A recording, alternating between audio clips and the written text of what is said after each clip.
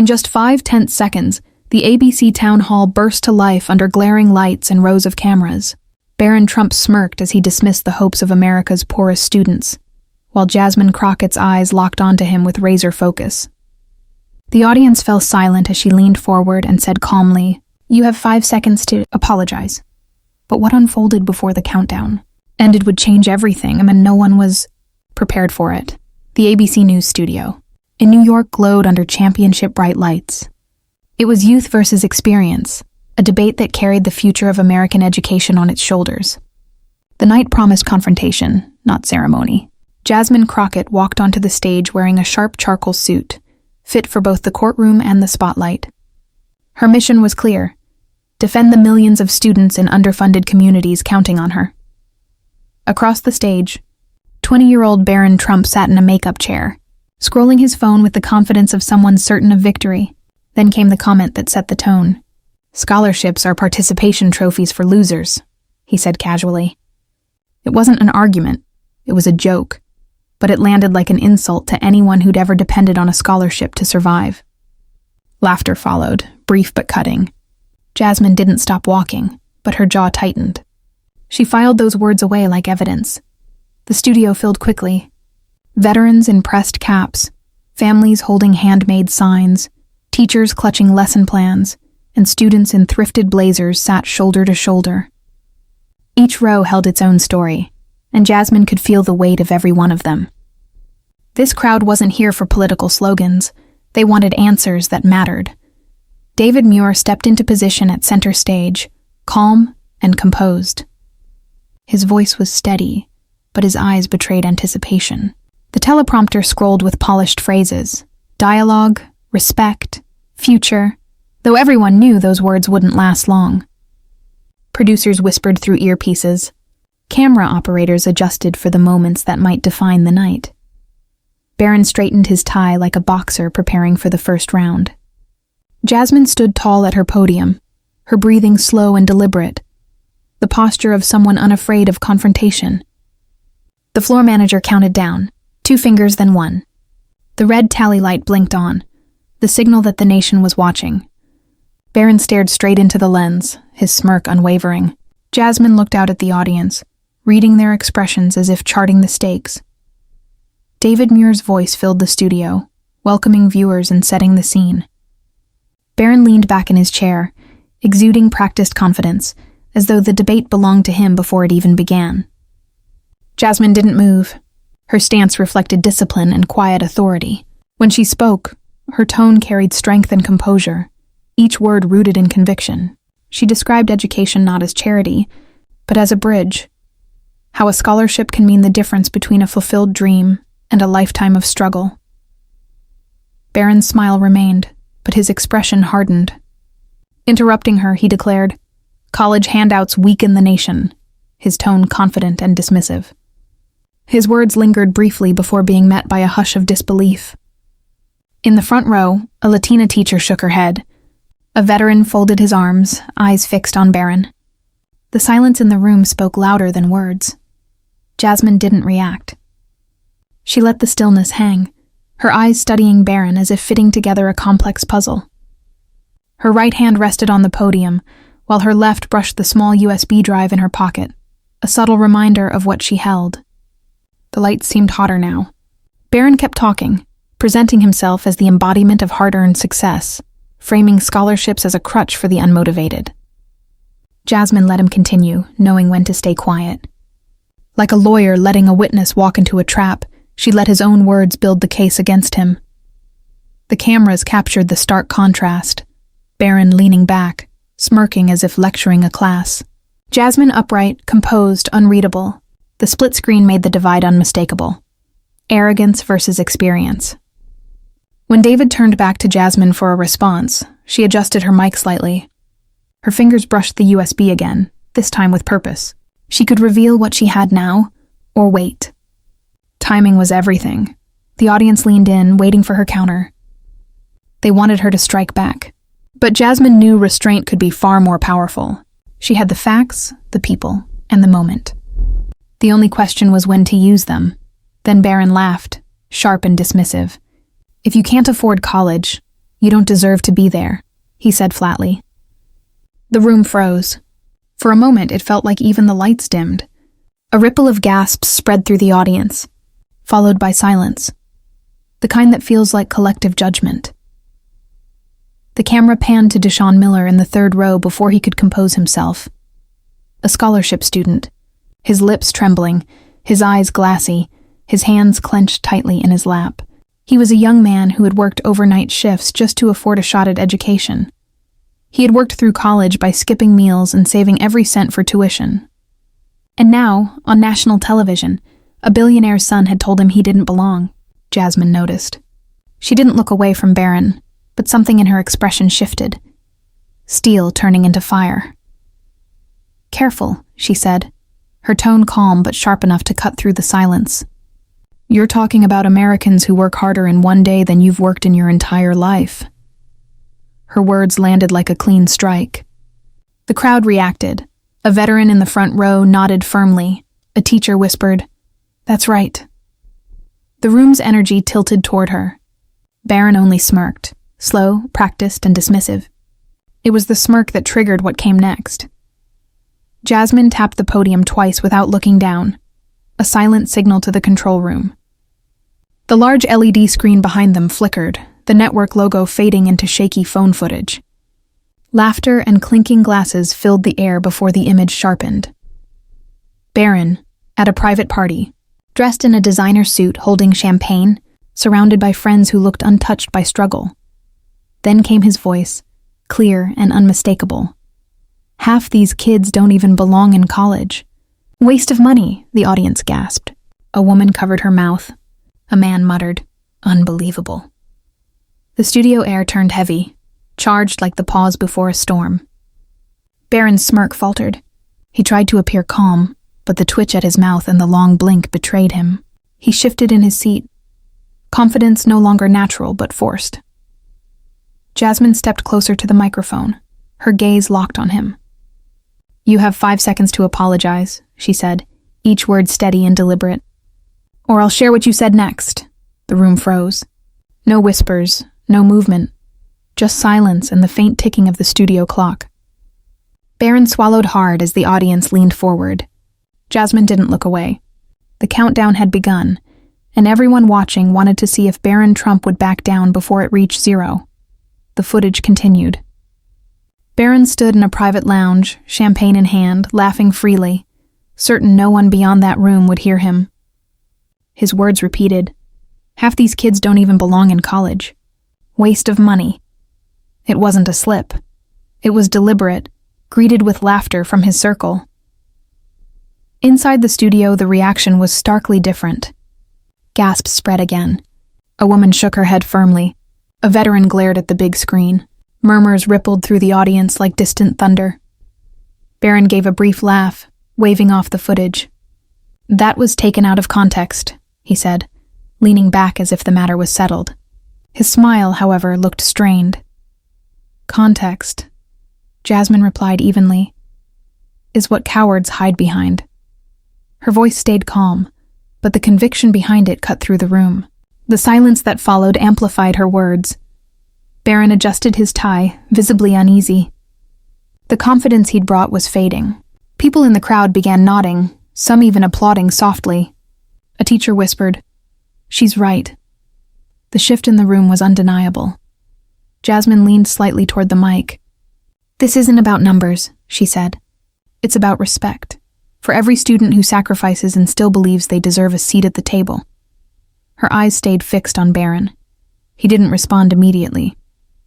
He glanced toward the moderator, almost seeking an escape, but none came. David Muir simply watched, letting the silence grow. Behind them, the screen froze on Barron's laughing face from the party, a sharp contrast to the uneasy man now under the lights. The difference was unmistakable. One image of privilege, the other of pressure. It was clear now. Jasmine wasn't just responding to a remark.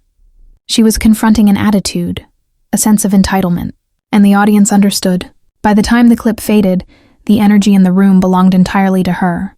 Barron might have been laughing in the video, but no one was laughing with him anymore. Barron straightened, the flush of embarrassment turning into defiance. "This is what you do, isn't it?" he said, leaning toward his mic. "Attack a young man to score political points." His tone carried both mockery and defensiveness. He continued before she could answer. "Let's not forget, you've got your own record. Marches, protests, disruptions in Congress, some of those, well, the facts speak for themselves." The accusation hung in the air. The audience shifted uneasily, some frowning, others waiting to see if Jasmine would respond. Barron leaned back, appearing satisfied, convinced he'd found her weak spot. Jasmine remained composed. "If you're going to bring up my history," she said, "let's be accurate." She pressed a button on her podium. The LED wall lit up again, not with secret footage, but with official records, verified reports, transcripts, and headlines. Each one placed his claims in full context, actions tied to voting rights, civil reform, and equality initiatives. Barron's smirk weakened. He fidgeted with his notes. Jasmine continued, her tone even. "Those protests? They were about ensuring students, like Deshawn in the third row, aren't denied the opportunities they've earned." From the crowd, Professor Ella Harper, Jasmine's former mentor, nodded slowly, her approval silent but clear. "You call them disruptions," Jasmine said. "I call them doing my job. And unlike you, Barron, I don't hide behind private rooms and champagne glasses when I speak my truth." The audience reacted with a wave of applause and murmurs. The veteran nodded again. The teacher from earlier smiled quietly. Barron tried to interrupt. "So you admit—" "I admit," Jasmine said firmly, cutting in, "to fighting for people who can't afford to walk away when things get difficult." She gestured toward the screen one last time as the images faded. "Everything I've done is public, documented, and transparent. Can you say the same about your actions?" The room went silent once more. Even the cameras seemed still. Barron's jaw tightened, but he didn't answer. He looked out at the crowd, searching for a friendly face, but the energy was gone. Professor Harper's gaze stayed fixed on him. Jasmine stood tall, steady, confident, and in control. The tension in the room wasn't just political anymore. It had turned personal. Everyone could feel it. The silence after Jasmine's last words didn't last. A veteran in the front row finally spoke, his voice deep and edged with frustration. "Son, you've never fought for anything in your life." A wave of agreement rippled through the crowd. Then a teacher stood, pointing toward Barron. "You wouldn't last a day in my classroom," she said, her voice cracking, not just from anger, but from exhaustion after years of fighting for kids who came to school hungry.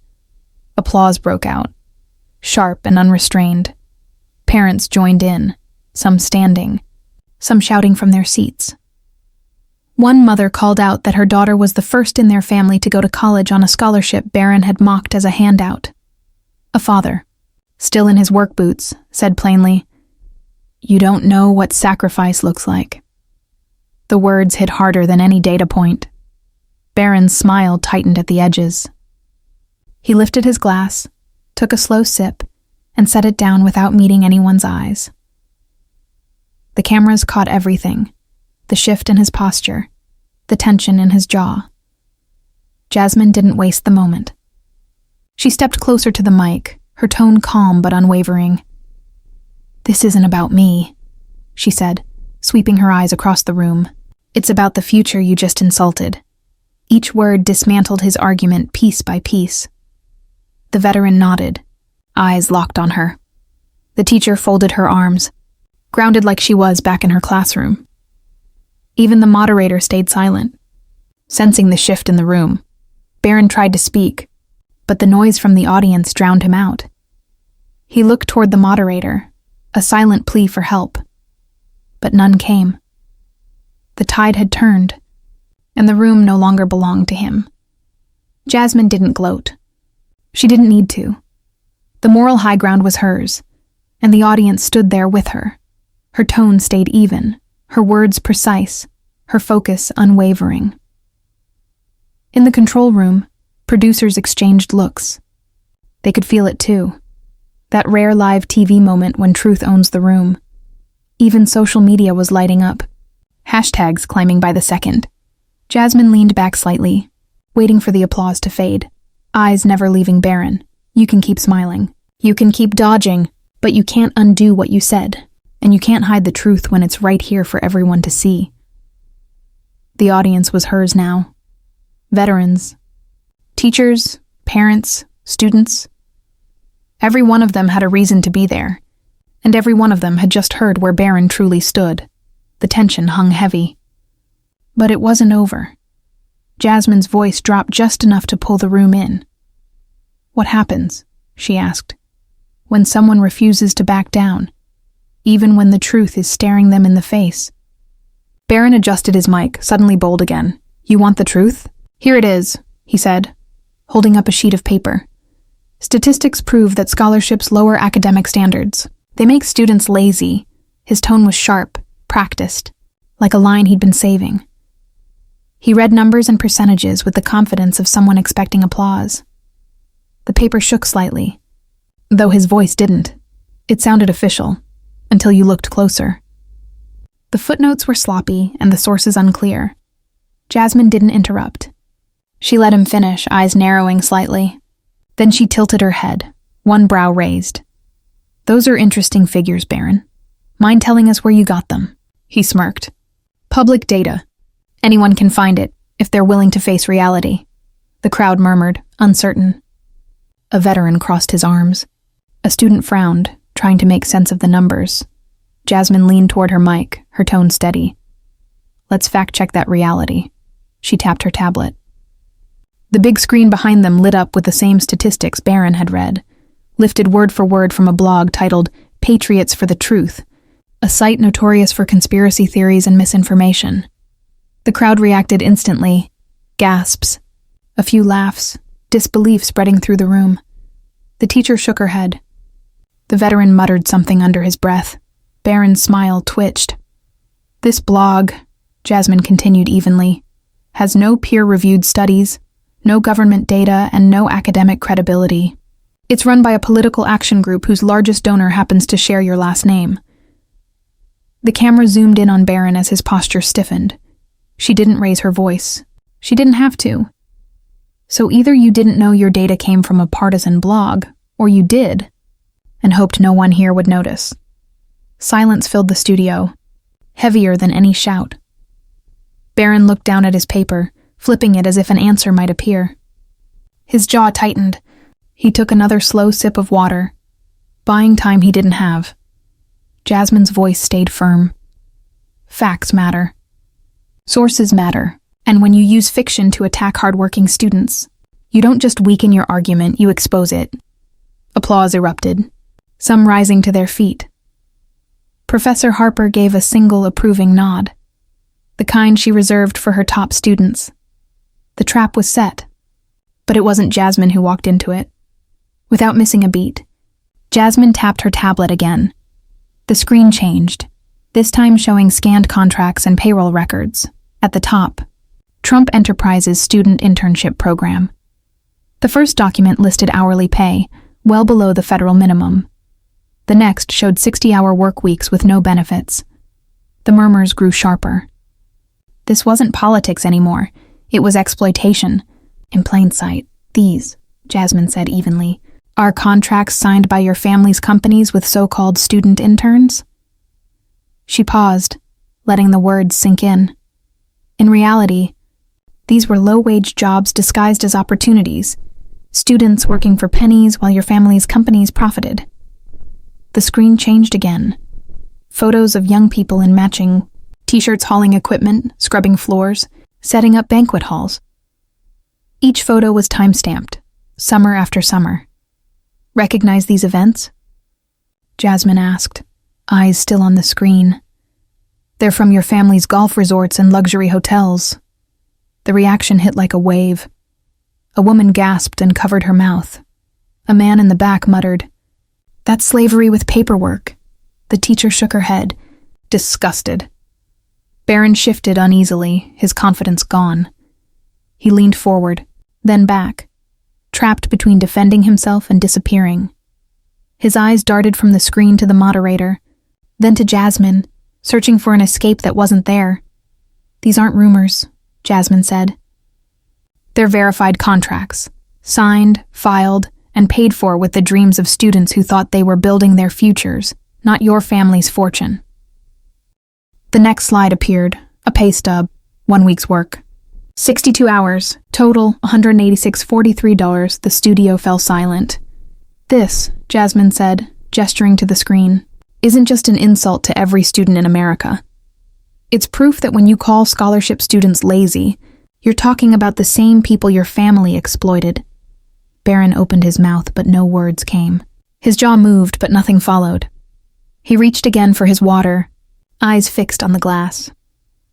Professor Harper straightened in her seat, gaze locked on Jasmine, giving another approving nod, the kind that said, "You nailed it." Jasmine didn't smile. She didn't have to. The evidence spoke for itself, and Barron knew it. The screen faded, but the impact remained. Then, like glass shattering, the silence broke. Voices erupted from every corner of the studio, angry, sharp, and impossible to ignore. "Explain yourself." Someone shouted from the back row, "Answer her." The voice rose above the others, sharp and insistent. Barron turned toward the sound, his composure already fading. He opened his mouth to speak, but quickly shut it again, as if the words he had prepared no longer fit the moment. The crowd's voices didn't calm. They built, layer upon layer, thick with frustration that had clearly been waiting for release. This was no longer a civil exchange. The room had run out of patience. From near the aisle, a woman in her 40s stood. She was plainly dressed, blouse, slacks, hair pulled tightly back. A microphone passed into her trembling hands. "My daughter," she began, her voice shaking, "lost her scholarship because of the policies you supported." The studio fell silent. She gripped the mic tighter, her knuckles pale. She worked 2 jobs. She kept her grades up, and when funding was cut, she had to leave school. Do you know what that does to a kid's spirit? Do you understand what it's like to watch your child's dream vanish because people in power decided she wasn't worth the cost? Her voice cracked, but her gaze didn't move from Barron. He looked down, first toward the moderator, then at the desk in front of him. His jaw tightened. A low murmur rolled through the audience, quiet but dangerous. From the right corner, a man shouted one word, "Coward!" It didn't sound like an insult. It sounded like a judgment. Jasmine's eyes never left Barron. She leaned slightly toward her mic, her voice calm but cutting through the tension. 5 seconds. "Barron, this is your chance to do the right thing." Her tone wasn't loud, but it carried. The audience leaned forward, some perched on the edge of their seats, others crossing their arms, eyes fixed on him. The woman who'd spoken was still standing, hands trembling but gaze unwavering, waiting for his answer. Seconds dragged by, the tension stretching tight. Barron shifted in his seat, fingers clasping and unclasping. He glanced toward the cameras, then at his water glass, searching for a way out. Instead of speaking, he lifted the glass and took a long, deliberate sip. The choice was clear, and the audience knew it. A wave of boos rippled through the room, mixed with frustrated sighs as the woman slowly sank back into her seat. Whatever chance Barron had to recover vanished with that quiet clink of glass on wood. Jasmine stood straight, not smiling, not gloating. When she finally spoke, her tone was level. "So that's your answer," she said, not to him, but to everyone watching, both in the studio and across the country. Applause followed, steady and united, the sound of shared understanding. Jasmine waited a beat, then spoke again. "When pride costs more than truth," she asked softly, "who pays the price?" Barron set his glass down harder than intended, the thud drawing a few startled looks. Leaning forward, his easy confidence was gone. "This isn't a debate," he snapped. "It's a planned attack, and you're behind it." The crowd murmured, some scoffing, others intrigued. Barron pressed on, his words coming faster. "That video, how did you get it? Who gave it to you?" He sounded defensive, the tone of someone realizing he was cornered. Jasmine remained still, one hand on the podium, her calm expression only fueling his agitation. "You've been sitting on this for weeks, waiting to ambush me," he accused. "That's not politics. It's manipulation. The room grew tenser. A few people shook their heads. Somewhere, a veteran muttered, "Answer the question she asked." Barron ignored the comment, eyes fixed on Jasmine, trying to provoke her. She didn't react. "Barron," she said evenly, "that video shows your words, in your own voice, in your own space. No one forced them on you." Her tone was measured but firm. He leaned back slightly, his jaw tightening, still trying to regain ground. "You're deflecting," he argued.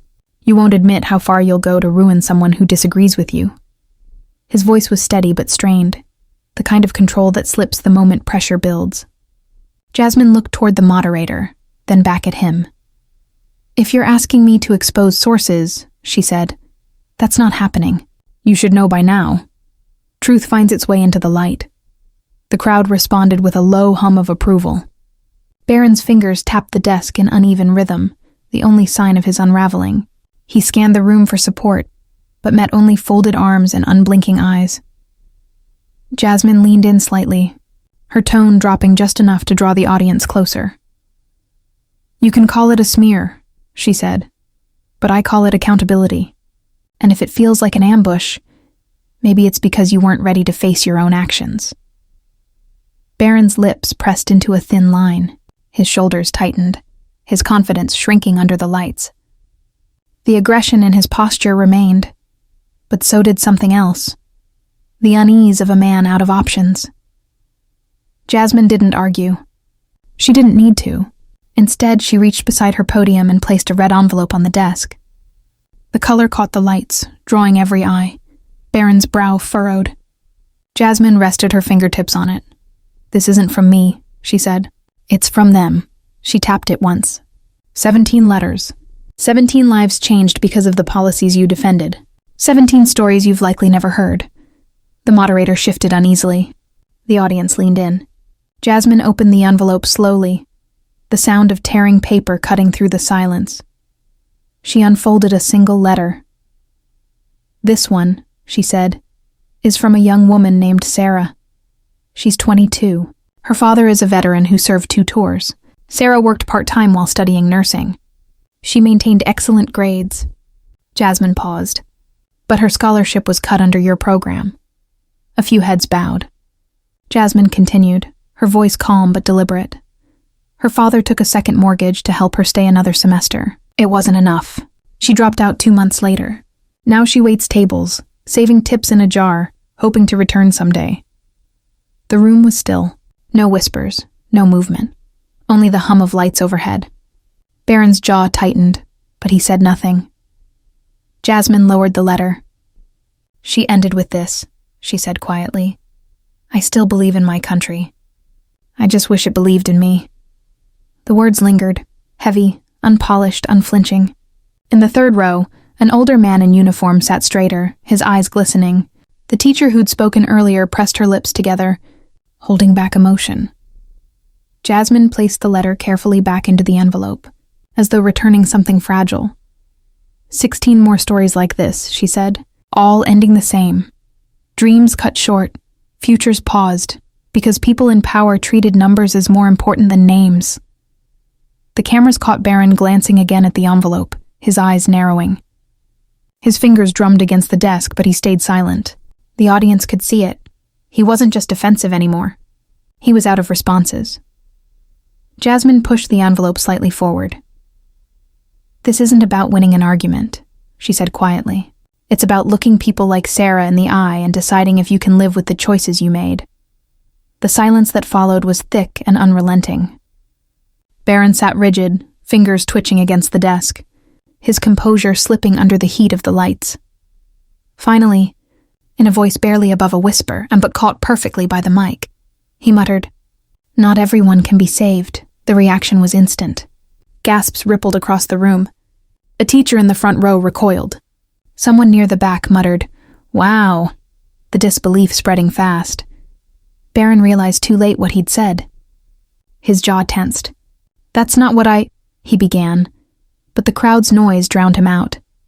In the control room, producers were already replaying the clip, those 5 words looping endlessly. It wasn't just a slip. It was the moment that would define the night. Jasmine didn't interrupt.